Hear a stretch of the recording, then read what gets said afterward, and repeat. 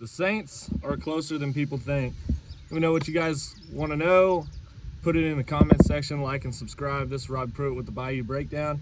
First point we're going to talk about is I don't think the NFC is scary as a whole, especially the NFC South. When you're looking at it, I think the Saints could definitely be one of the top contenders in the NFC as a whole. Definitely could be a playoff team coming out of the NFC South. When you look at the NFC South, we're going to check on the Falcons real quick. So Penix or Tua, we don't know which one's going to start. Could be either of them. I don't think either of them are very good in my liking. I think Tua, when he comes out of college, very good quarterback, very good system quarterback there at Miami with Mike McDaniel. I think that matters a lot. I think Mike McDaniel is a stronger head than people think. I don't know what has happened the last couple of years with, his, reporting, when people are reporting him and all that stuff. I'm not entirely sure what's going on in his mind. I think, though, none of that matters compared to his offensive mindset. I think he's a great coach. But they do have a new staff there at Atlanta. I think that matters a lot. They've also had a high expectation for years. My question is, when does that high expectation run out? When are they going to be, okay, let's go into a rebuild mode? Instead, they're just continuing to try to put pieces there to try to make it, last, see what they can get. The Panthers, we're looking at Bryce Young. Like, is this his year? Is this his year has been the question for 25 years. We don't know.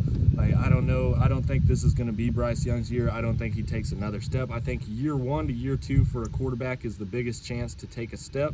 I don't think Bryce Young took that step. I think he kind of regressed, to be honest, in my opinion.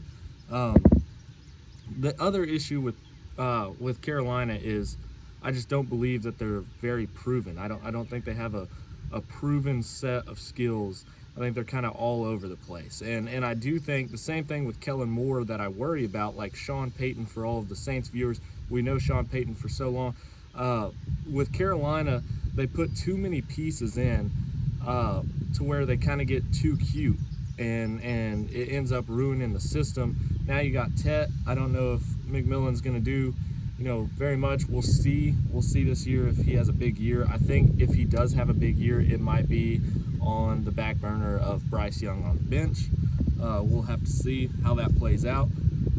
With the Bucs, with Tampa Bay, my question would be, are they falling off? They've been holding on by a thread on the NFC South for years. I don't know if this is going to be the season that they I don't know if this is going to be the season that they do make it. I don't know. I don't think so. They do lose Mike Evans later on in the offseason. I think the Saints beat them last year with Tyler Shuck. I think if Tyler Shuck takes a step this year, and with all the pieces that they've added, I think the Bucs can be a very beatable team. They obviously didn't win the division last year and lost it to none other than the Panthers. The Saints were a game off of winning the division while winning one game with Spencer Rattler. So with Tyler Shuck, if he does take a step, and then all your additions with Jordan Tyson, and you got A-Chain that came in through the free agency. I think when you build that offensive line, we got 4 offensive linemen that I think are freaking crazy. And then you put a good running back behind him. And it's hard to say that the Saints are going to lose to the Bucs this year. My other thing is the defense is better than people think. They want to keep going on this whole thing that they've been on for years of the defense is old, it's aging.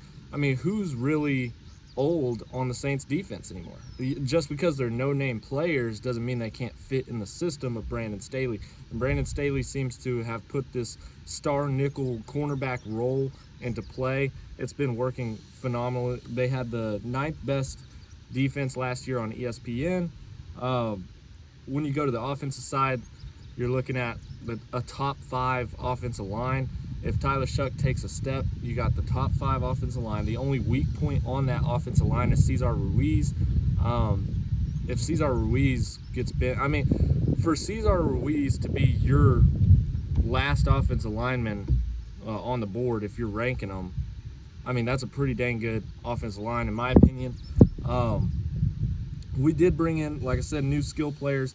Jordan Tyson, very twitchy, very big play wide receiver type of guy. I think he'll come in and mold with Shuck pretty well. A-Chain, I think, or ETN, however you guys want to stay. I'm still stuck with A-Chain, or correction, ETN. But I mean, I think he's going to be a big guy. I think as far as we know right now, we got Alvin Kamara coming back. With Alvin Kamara coming back, you kind of look back towards that 2018, 2017 kind of years for the Saints, where you had Mark Ingram and Alvin Kamara, and that was a nasty duo. And Alvin Kamara has played his best when he was not the starting running back. He has always played his best when he wasn't the starting running back, because he was not ever just a run downfield running back. He was a, can we catch in traffic? Can we, go out on a screen pass and then hit it for 35 yards and a touchdown? Alvin Kamara is like that. Tyler Shuck, again, if he takes a step, I think, that's a big thing. After you look at last year's stats from the games that he played, the guy can read a defense, and I don't know if that's all just from what he's learned in Kellen Moore's system and the year that he was there, or if that was more of he was in college for 35 years and maybe he learned some there. We're not for sure. What we do know is he didn't win that starting job right off the bat to Spencer Rattler, so obviously he had some college hiccups, which we talked about before, that he wasn't going to be ready. And I was not surprised nor shocked that he didn't win the job over Spencer Rattler. I don't think he should have won the job over Spencer Rattler. I think what has happened, though, is he had time to learn under Kellen Moore, who is a phenomenal quarterback coach, and I think you will see that in years coming. I think people are looking at Kellen Moore's baby face, and they're not giving him enough credit. When you look at Detroit, you look at Dan Campbell, I mean, that guy's somebody that you want to go and do push-ups for. I don't think everybody's looking at, the media is not looking at Kellen Moore and saying that's a guy that you want to, get behind, but he is, and he has been. And that Saints team from last year that won one game under Spencer Rattler before Tyler Shuck came in, and they had nothing to play for through the stretch, still played their asses off to try to win some games, including Chris Olave. So my thing is, I think also with the NFC South, if we can't win the division, I think the NFC South, at least to host a playoff game, I think 9-8 wins the NFC South. I don't think, and like I said, you guys have seen my video before, I think the Saints go 9-8 this year. That's my record prediction. Hopefully, I mean, there's a bunch of coin flip games. It could go either way. We could end up being a 12-win team. No clue. It could happen if we go to Paris, if we beat the Steelers.